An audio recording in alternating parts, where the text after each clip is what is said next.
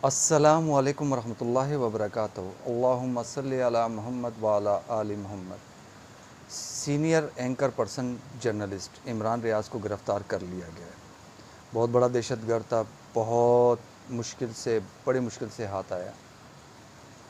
बड़ा जुर्म कर रहा था, बहुत बड़ा जुर्म, बहुत बड़ा मुजरिम था। उसका ये सज़ा तो होनी चाहिए थी और होती आ रही है। इस मुल्क पाकिस्तान, इस यरगमाल पाकिस्तान में जब जब जिसने ये जुर्म किया उसकी यही सज़ा होती है, बल्कि इससे बदतर होती है। गोलियां मार दी जाती हैं, ये नामालूम भी बना दिया जाता है और बनाते हुए आ रहे हैं।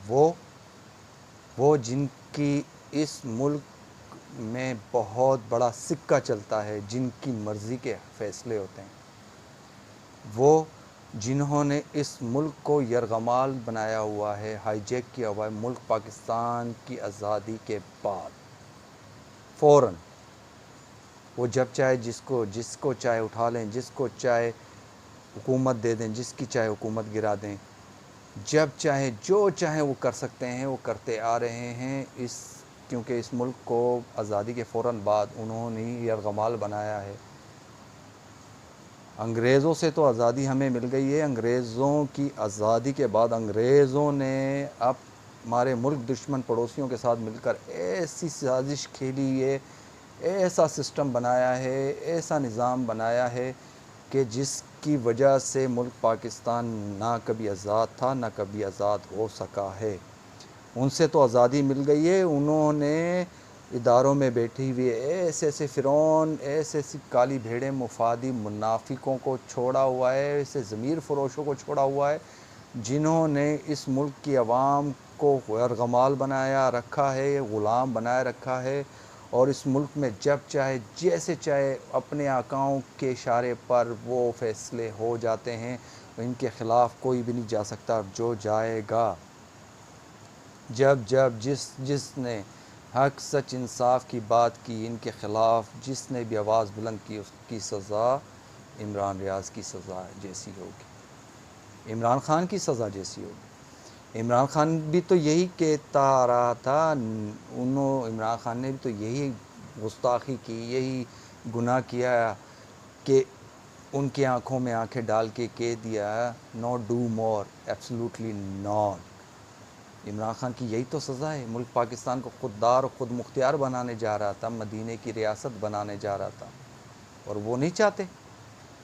उनके आका, ये जो काली भेड़ें हमारे इदारों में बैठी हैं, ये भिखारी, ये मुनाफिक, ये गद्दार सियासतदान, ये नहीं चाहते कि ऐसा हो।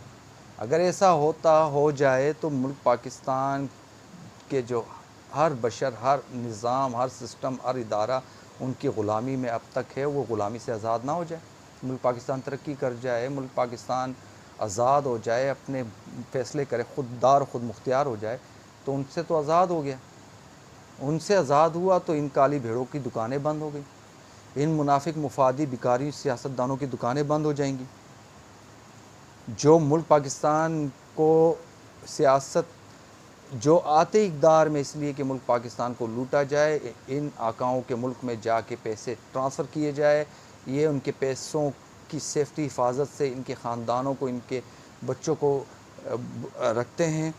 ये ख़ुद जानबूझ के उनकी मनी लॉन्ड्रिंग के ज़रिए मुल्क पाकिस्तान का लूटा हुआ पैसा वहाँ जाता है। इदारों में बैठी हुई काली भेड़ों को बड़े बड़े प्लॉट दिए जाते हैं, बड़े बड़े जायदाद दिए जाते हैं। एंड की ज़िंदगी उनकी आने वाली नस्लों की सेटल कर दी जाती है, उनसे अपनी मर्ज़ी के फ़ैसले लिए जाते हैं। यही तो चलता आ रहा है मेरे भाई पाकिस्तान में, मुल्क पाकिस्तान में। पाकिस्तानी ऐसे ही कहता है कि मैं आज़ाद हूँ।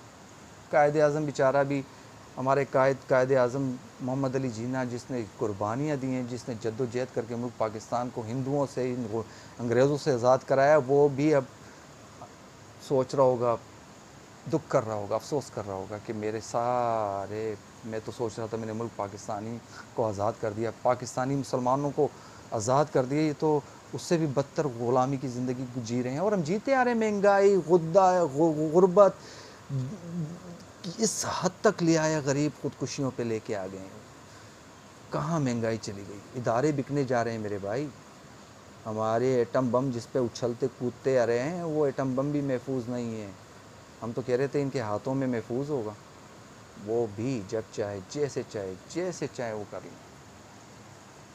डॉक्टर कदीर ख़ान ने बनाया ISI के कुछ ईमानदार चीफ, कुछ ताकतवर फ़ौज, अच्छी क़यादत, सब नहीं बुरे, सब नहीं होते, एक आध होते हैं जो जिस तरीके से ये रजीम चेंज का मिशन उनका कामयाब करने वाले एक आध इस तरह के बिकाऊ किस्म के इदारों में बैठे हुए हरामज़ादे होते हैं जो मुल्क पाकिस्तान की खुददारी खुद मुख्तियारी हर चीज़ को दाव पे लगा देते हैं। हर एक नहीं होता।